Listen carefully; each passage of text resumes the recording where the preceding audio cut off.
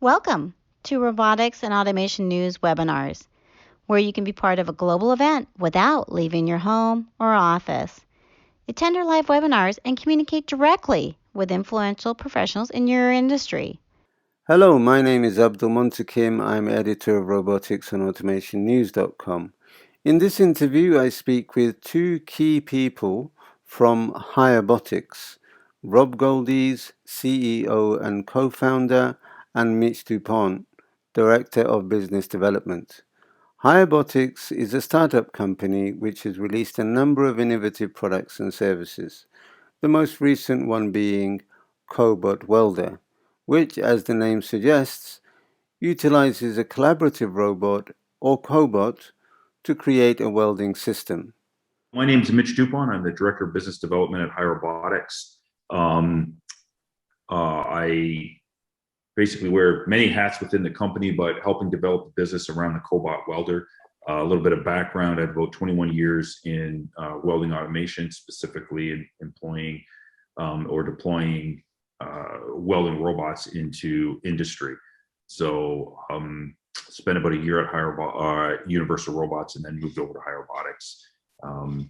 Love what we're doing here and changing the landscape of how robots are being used in industry, in the welding industry specifically today. And my name's Rob Goldiez. I'm co-founder and CEO at Hirebotics. So similar but different than Mitch, I wear a lot of hats as well. I do not come from a welding background, but we've been building a business around collaborative robots and application-specific experiences for the better part of 5 years now. And we're excited about a new product launch that we had recently called the Cobot Welder, and obviously thrilled to have Mitch on our team for the better part of the past year. Okay. Thank you, Rob and Mitch. Rob, I'll ask you the first question. If you don't mind giving us a slightly more in-depth overview of Hirebotics. As far as I understand, it's a fairly new startup, relatively new company, and you're specializing in welding with collaborative robots. But yeah, tell us more, please. Yeah, sure. So Hirebotics is almost about a 5.5-year-old startup. We're based in Nashville, Tennessee. Our origins, as the name sort of implies, was a robots as a service. We're really the pioneer in robots as a service, where companies could pay by the hour for a robot or a collaborative robot. In the early days, we were doing very much bespoke custom applications. Whatever we thought a cobot could do, we would go after it. And from the very beginning and at our origins, we were cloud connecting cobots that we deployed for monitoring and production and reporting and all sorts of interesting capabilities that were only possible through a cloud connected cobot. We more recently got into, a couple years ago, got into Cobot Welding with a partnership that we have with Airgas, and then more recently launched a second product in the market called Cobot Welder, powered by our latest software that is a direct to customer application. Right, and this is probably where I think Mitch would be able to give us more in-depth information about the welding aspect of it. I'll play the video. Hopefully the audience can see, I'm at the Hirebotics website, and I've found a page with a video on it. I'll play that while Mitch, if you don't mind telling us more about the welding products, services, and technology. Sure. So what you're actually going to see in this video, if you go to the website, you take a look at it, this gentleman has zero robotic experience at all. As a matter of fact, he makes a statement, doesn't even have a computer in his house. But in 1 hour, not only walking in the door, never having seen the system before, he's actually programming his part in welding it to production level quality. And what I will say is, like I said, I spent 21 years employing and deploying welding automation into the field. And what I can tell you is that there were a lot of companies that I went into or talked to that could never utilize, welding automation for a number of different reasons. But part of the main reason was there was a lot of training that needed to go into it, a lot of knowledge that needed to go into it. You needed to be a robot expert and a welding expert to marry these two technologies to be successful. And what cobots have done is made the cobot opened the door to make robots more accessible to more people on shop floors. What Hirebotics has done with our approach, app-based approach with programming, is made it even more accessible to the average person on the floor. And so what you're seeing now are people that have zero robotic experience, but they're welders, they're skilled welders, now being able to use cobots and answer the problem that businesses have that's in the industry right now of not being able to find welders. We make welders more productive. We augment their labor, and we allow them to go do more value-added tasks and things that they enjoy doing. Well, they can quickly program, do small batch runs of parts, and utilize the cobot to do stuff that they find that is boring. And so it's enabling businesses to be able to keep welders on floor and make them more productive. And in as well as that, they're now able to go out and bid more business and win business that they could not bid or win before because they just didn't even know if they're going to be able to have the labor to produce the parts. So, and then what you see here a little bit more on this is because we program on an app, which is on a phone, which is very accessible to everybody. You know, my almost 80-year-old in-laws can utilize cell phones. We can also collect analytics and do other things that help also make the business more productive. And for these small, medium-sized businesses that maybe don't have large programs to manage their production, they actually get some of that capability built right into this that we can provide them. So we're hitting kind of a lot of different areas that businesses around the world, not just in North America, but around the world, are struggling with based upon labor issues. So. Mm-hmm. Yeah, it raises a few interesting questions in my mind. Let's start without getting too technical or too in depth. Just wanted to like a simple explanation of how the app ties in. What do they do? Like the guy who's using the robot, he uses his hands like this first to teach the robot where to go, which direction to point, and the actions itself, and then uses the app to press play or something equivalent. That's the way I'm imagining it. Is that how it more or less works? Essentially correct. Yes.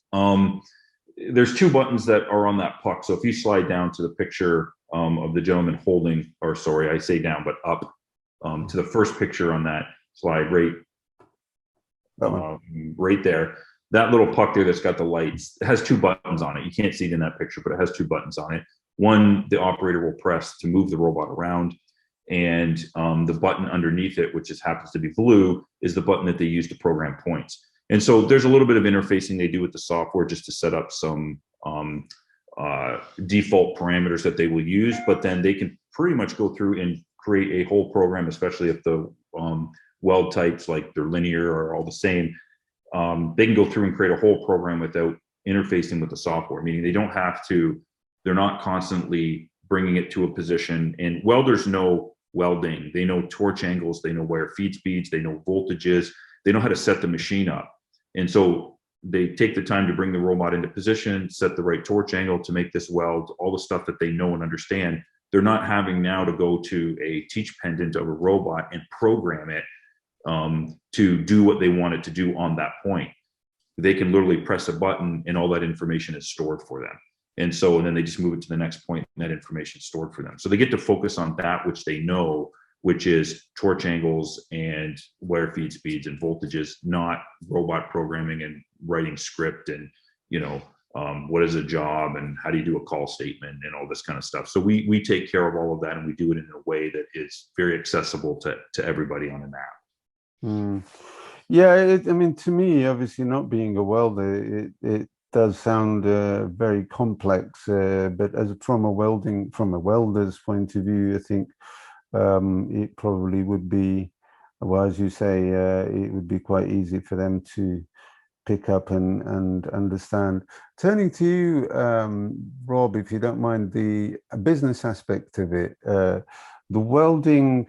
Welding as an activity obviously is a huge thing for robots in general. I mean, traditionally we've seen big, massive robots in big factories welding car parts together, and you know, there's a big difference between them and smaller collaborative robots, which can now be used more or less as a power tool. You know, direct contact between the user and the robot. What kind of market are we looking at for welding? Because I'm imagining that it's quite huge. And what's the if you could describe the kind of sectors, small business, medium, and large business. Sure. Describe it for us, please? Yeah, so you're right. Welding automation has been around for many years, many decades, but it's traditionally been locked up in with the largest companies or very, very high volume production. But you know, we kind of look at it as there's a lot of manual welding going on within manufacturers, and manual welding meaning, you know, there's a welder and a human, or there should be a human there, but the companies can't find them. And so our target customers are companies that manually weld, struggle to find people, which is is inclusive of all of them. And they sort of run the gamut from small batch production because they're a job shop and they have a lot of changeover and they're constantly you know, running a batch of parts, but then they need to have their welder teach something new and do so very, very quickly, to sort of medium production OEM style companies. Does that mean that it can't be used for large volume production? Absolutely, it can. But when you start to encroach on where traditional robotic welding has excelled, right? The benefits of Cobot welding are less clear. They're very clear when you have small batch production, job shop environments, or small environments that are completely new to robotic automation. Mitch, I don't know if you have anything you want to add to that as well. No, yeah. The only thing that I would add to that is even large companies will look at it for their small batch production, and so our target audience is largely customers that are manually welding, that are struggling to find people, and so they need this we refer to as romantically about ease of use. They need something that's very easy to use, and Rob hit on this point. It's very quick to go from part in front of the robot to art on. Anytime you have an application with a customer that looks at a batch size and says, within minutes, I can go from putting the part in front of the robot, completing my program, and striking the arc and making production. Now they can do runs of 10 parts, runs of 20 parts, runs of 30 parts, where that would never be justified in automation or traditional automation. So traditional automation has been successful. I've literally put thousands of robots in the field myself personally and programmed many of them personally, and they work, but they work for a very niche kind of group of companies, either heavy plate type deposition rate type companies or high volume companies. And they generally start moving towards companies that are a little bit larger, and they get automation groups and departments that understand PLCs and programming and all this stuff. What we're doing is we're saying you can bring this thing, roll it on your floor, and your welder, who, yes, welding is complex. People go to school for it. There's welding engineers. I am one that have gone to school for many years to learn how to weld. They can pick this up like that and be using it. And so that's really our kind of target base. And so, as Rob said, when you start to encroach on where traditional is successful, it starts becoming a little bit unclear. But for those that are kind of in the know and understand what their struggles are and what the benefit that this brings to the table, it's very clear and highly accepted in industry what it is that we're doing. So, Rob, is this are you sticking to the robotics as a service model for these products as well, or is it a purchase only type of system? So that's a great question. Cobot Welder, what we're looking at here on the website, is a purchased product. So it is not a rented or as a service product. It is a purchased product, and that's really us adapting to what this segment of the market seems to want and prefer. We do have a rentable Cobot Welder that's available through our partners at, at Ready Arc and Airgas and Air Liquide outside of the US. But for the Cobot Welder is a purchased product. Hmm. Yeah, it's an interesting area of robotics that it has emerged in the last 5 years, that you can rent or hire robots in many different product categories. Warehouse robots, probably vast majority of them are now hired as robots as a service, whereas before, part of the reason why robots were so prohibitively expensive is because A, they were hugely expensive to buy, and not many people could buy them. And now it's just much more. The market has expanded so much more because of these things, partly because people can hire them, basically. But it's interesting, actually, that you say it's a purchased product. It must be affordable for smaller companies as well. I take it. How is business anyway, Rob? If you don't mind, sort of giving us an overview of what, I don't know, maybe you can throw in a number or two, or what kind of market segments are working out for you well. Yeah, I mean, it's very robust right now in our market, which is primarily in North America. It is extremely robust. People are sort of coming out of the pandemic and getting back to work and retooling their supply chains to de-risk them with, from having very long supply chains, sourcing products from Asia. That's sort of a lot of manufacturing is moving back to the US and ramping up. So demand is very high. It's also high because these companies struggle to find people, and whether that's because some welders that have, I'll say, aged out and decided with the pandemic that it's just time to retire, or some of the possibly disincentives with unemployment. Manufacturers are growing, have more work than ever, and struggle even more than they ever have coming out of the pandemic trying to find people. Cobot Welder is an extremely affordable cobot welding solution. And we're not shy about the price. It can be found on our website, and I'm happy to talk about it here. The equipment can be purchased for $72,000. That includes the cobot, the welding equipment, the welding table, the integrated package, everything for $72,000. And then we have a $3,600 per year software license agreement or subscription that a company opts into as well to have access, on an annual basis to our software and ease of use. What we're saying by having a pricing model like that is that the hardware has been standardized. People that are cobot welding are generally using a universal robot. People that are welding, at least in the US, are generally using Miller welding equipment. It is known, trusted by everybody. The value that is delivered by our solution versus somebody else's is in the software. And that software carries an annual subscription with it. And the software is developed by you yourself, or it is fully controlled, developed, written by us, and that's software that interacts directly with the universal robot. That's software that runs in the cloud, and that's the app and web technologies that Mitch had mentioned earlier in terms of how somebody both programs a part as well as monitors production remotely and gets alerts and things like that. Is that the Beacon?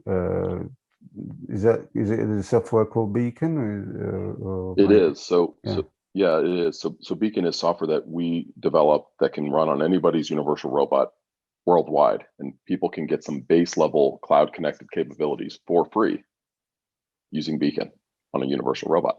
We then build an application on top of that for welding that is licensed. So what you're looking at here on the site right now, we have companies and universal robot partners around the world that use Beacon to monitor their cobots, not doing welding, doing any application. And so you get, by loading our software onto any universal robot, you get some base level cloud connected capabilities for free. Mm-hmm. I'll just explain to the audience, I always like to try and explain things to new people. URCAP,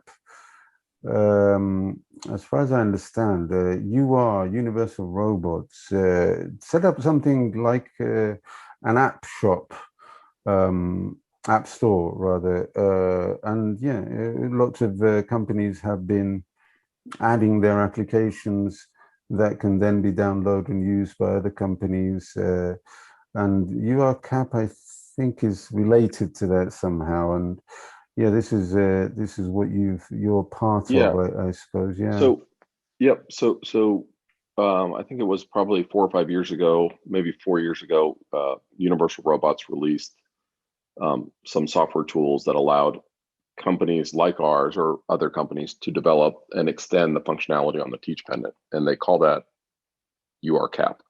CAP being for short for Cobot application. So UR for the company, Universal Robots, CAP for Cobot application. Mhm. And there's really a lot of flexibility for someone, a software development team to write I don't want to call it an application, but write some capabilities that run on the teach pendant. So it's an easy way to get software, I'll say, loaded onto the teach pendant. It's not as clean as an app store because the Cobot itself is not cloud connected out of the box, and it doesn't have, I'll say, the walled garden of Apple, right, where they're fully vetting, every update and things like that. We use the universal cap, URCAP, to load some base level capability, but all of our functionality is not done on the teach pendant.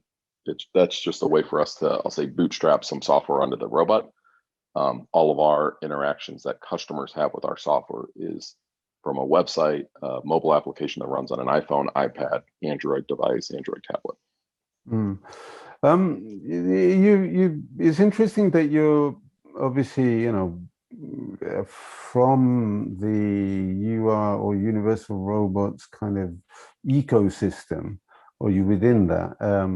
And that's obviously a very sensible thing to do. It's very widely used, as you mentioned before. Universal Robots have been doing great business, selling lots and lots of robots, and a very successful thing to be associated with. But I mean, technically, are you able to accommodate different kinds of robots in your system if you were to develop? I mean, there are other companies, even the traditional big robot makers, they've released collaborative robots as well. Is that something that you can do?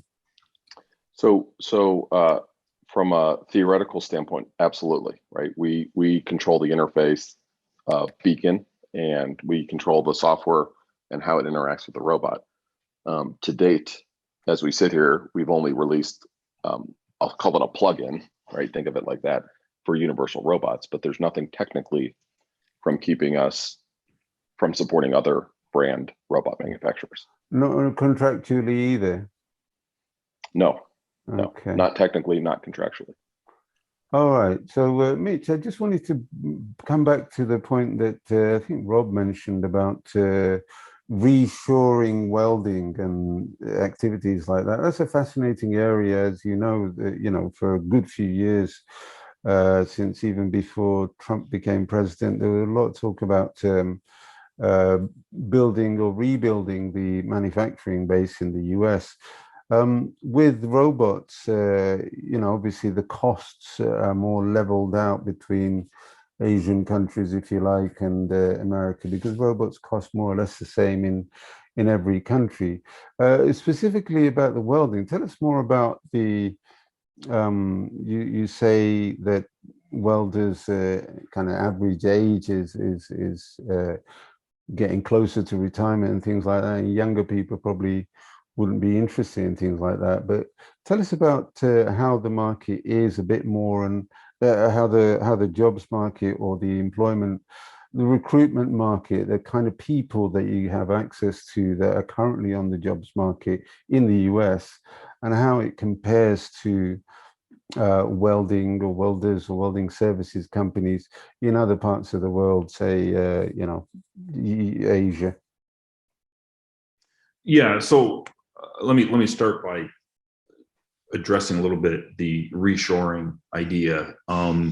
Even before Trump became president, part of the push on reshoring was, yes, bringing manufacturing back to the U.S. and being myopically U.S. focused. I'm actually Canadian, live in the U.S., but when you kind of have a worldwide view, what a lot of companies were doing is they were saying, let's just take car manufacturing as an example. we're going to make the front engine cradle in one plant in one place in the world. Well, if a tsunami hits that place, right, then they can't supply the plants that are building the cars everywhere around the world. And so what they started, what especially larger companies started to do is they started to say, we needed to diversify our manufacturing across multiple different regions in the world, right? So the US being one of them, North America being one of them, right? And so what they started to do was say, we need to be making that same part in a smaller plant at a smaller production level, but we need to do it in Europe. And then we need to do it in Asia, and we need to do it in North America. And now, if we have an interruption due to anything, political upheaval, tsunami or a natural disaster, anywhere in the world, we can just ramp production up in the other two facilities or 3 or 4 facilities around the world, and our production doesn't stop. And so people have this idea, especially in North America, that reshoring is like 100% stop manufacturing over there and bring it over to this country or the US or North America and start manufacturing 100% there. And the reshoring idea was a little bit more, I would say, complex or nuanced than that. And so what that did mean, though, is that now parts that were being made in low-cost countries like China, India, and other places, as they wanted to bring them over to North America, how do they be competitive? How do they make that part at the same cost as they are in those low-cost countries? The very reason that they brought the manufacturing to those low-cost countries to begin with. And automation became a serious answer to that question. Now, that means, though, that you need automation expertise, but then you also need the application expertise. Okay, so what you then had is you had them saying, okay, we want to bring, and we'll use welding as an example, we want to bring manufacturing of a given part back to North America. We need somebody but we need to automate it to be competitive and compete with low-cost countries.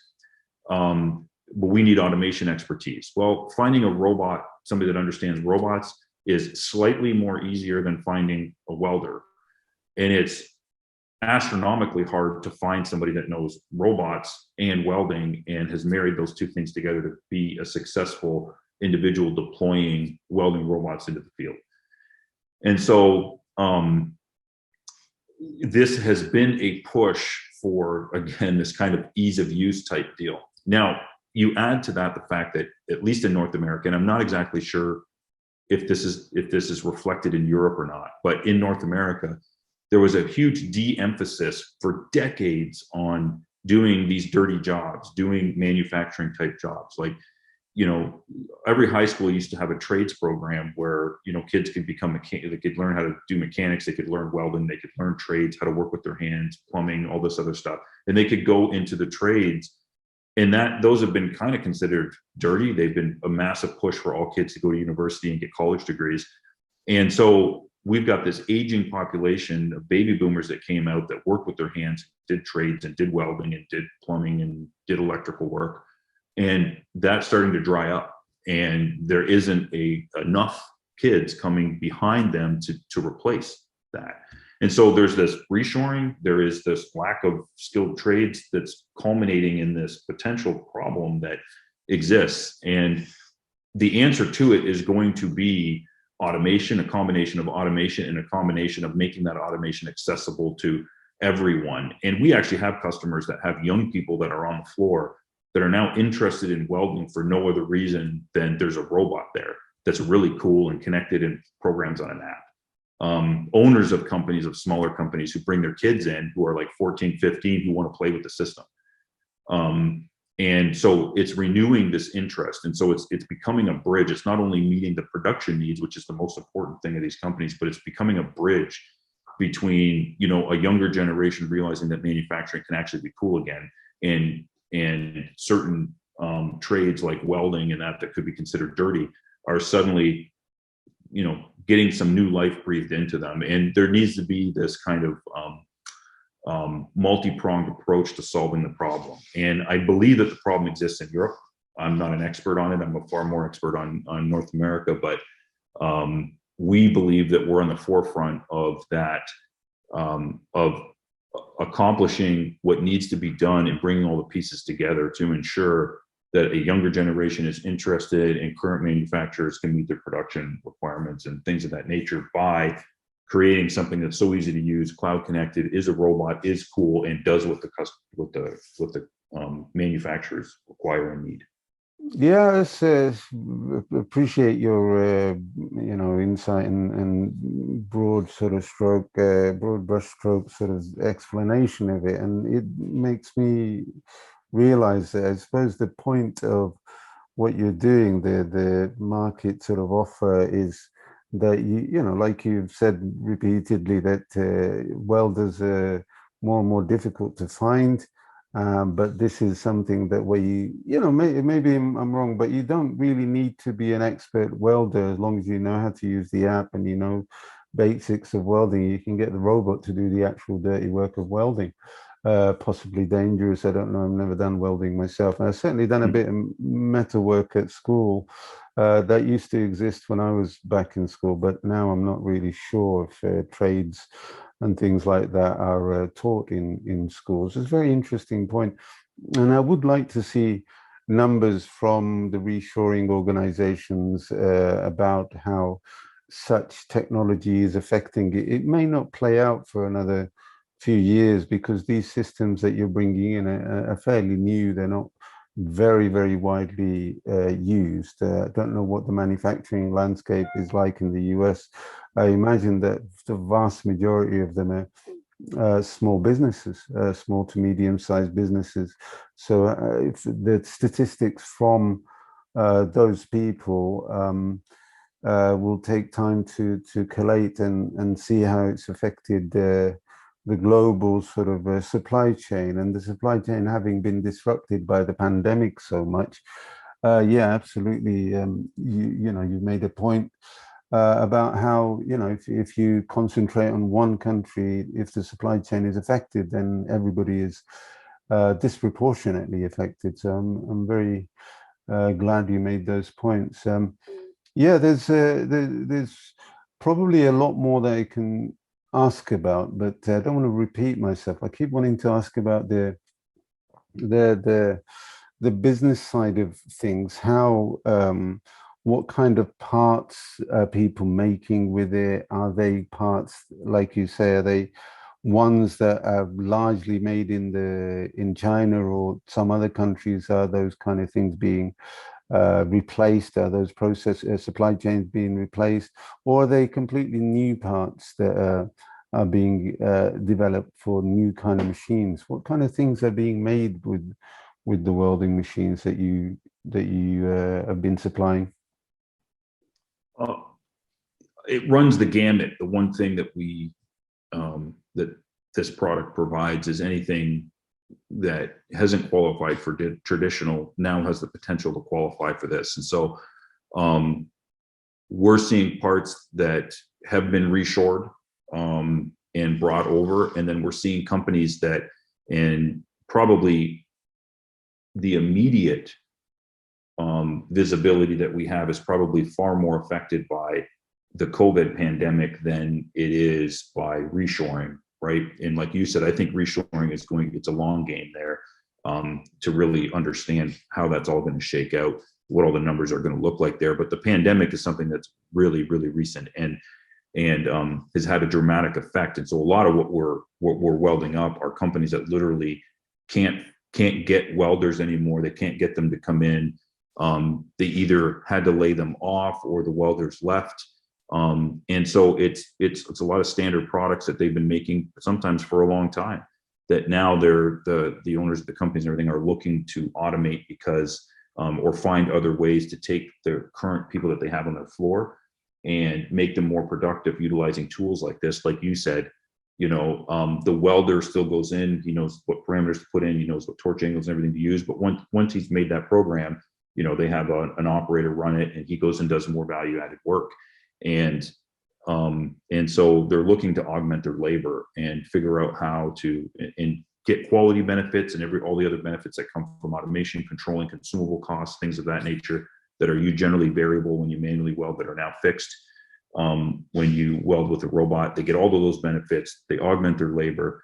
And I think it's really to, as we emerge from this pandemic, which is starting to happen in the US right now, demand is going to go up This was not an economic collapse. It was a forced contraction of the market. The market's going to explode. They're seeing orders go up. They're trying to get people back into the building.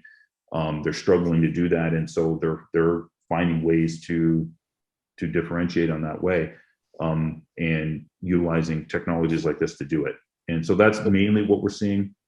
And so the parts are anything from thin gauge to thick gauge, anything from large to small.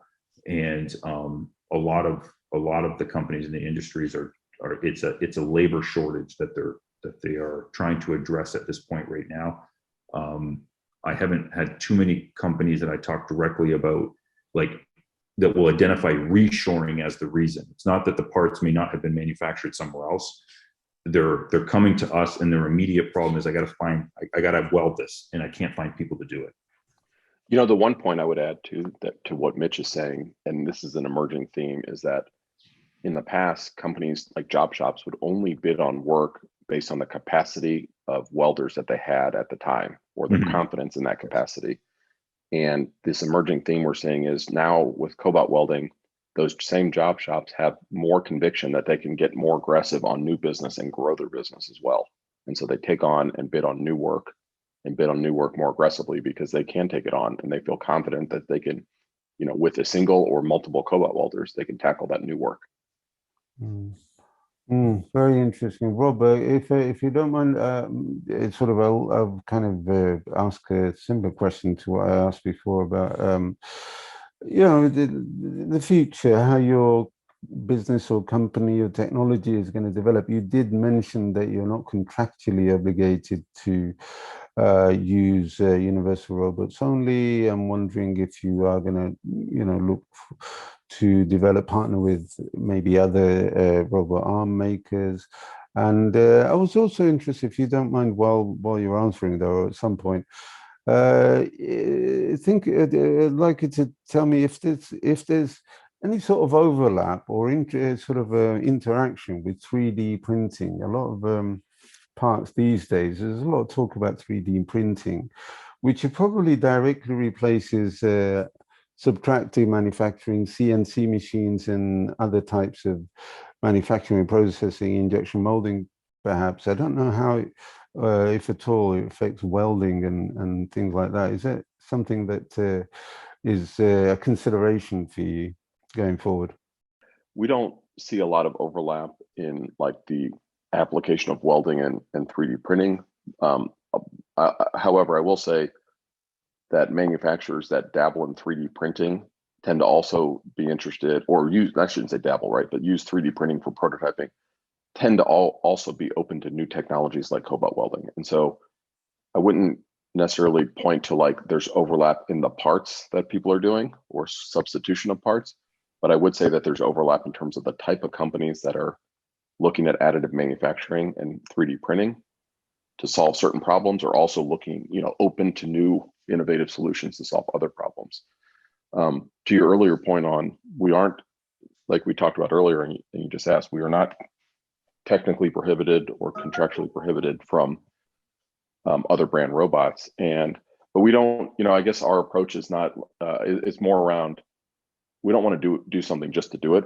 We want to do something if it can help solve a real problem in the marketplace. And so, could a different brand help solve a problem? Would Beacon running on different brand robots help solve a problem that we can clearly identify in the marketplace? If the answer to that is yes, that's something we would look at doing. If it's just an interesting technical thing, it's probably less interesting to us, right? So we really put the customer in the market first to say, what problems are we trying to solve here? And how do we deploy technology and innovative solutions to do that? Okay, so generally that's all the questions I can think of. Is there anything that you'd like to add that I maybe didn't consider, that I didn't think of asking? Well, I would say, just maybe add or reiterate is that we really are the only company that's building technology to empower welders. So Universal Robots has done a fantastic job of making it easier to program a robot, but there were some key words I just said in there, right? Program a robot. And so they have done a fantastic job with that. People that are developing other Cobot welding solutions are building upon that program a robot, mindset. We're going after the welders. There are a lot of welders still out there in the marketplace, and we're empowering them to take advantage of Cobot welding. Okay. Actually, programming a robot sounds really, really complicated when other people explained how they used to do it in the past. Even having to program 3D coordinates in 3D space and getting it to move to certain specific locations or points in space. I can't imagine how they did that mathematically or numerically or however they did it. But yeah, it's a very amazing step forward if you think about it that way. The idea of holding a robot and pointing it and positioning it in certain parts, and for it to know that that's what it's got to do when it comes to the operation. And using that easy to use interface. Like everybody, I think Mitch mentioned this earlier. Everyone's got a smartphone. Everyone has a smartphone, at least in the US. And so they know how to like drag and drop. They know how to interact with it. And so they don't have that mental hurdle to learn some new interface. They're using an interface that they're already familiar with, that's already accessible, and that welders are comfortable with. Okay, Mitch, do you want to add anything? I think Rob summed it up very well. So I'll leave it to Rob's last comments. Okay. Well, thank you very much, Rob, and thank you very much, Mitch. Good luck with everything. Hirebotics, we'll keep an eye on the company, and I'm sure we've featured articles about the company before, and we'll continue to do so. Thank you very much for your time and your insights. We appreciate it. Thank you. We appreciate it. Thank you. Send us an email at sales@roboticsandautomationnews.com to register for one of our many upcoming webinars. And if you'd like us to host your webinar, we have a range of options, including long-term lead generation packages and marketing campaigns. We look forward to hearing from you soon.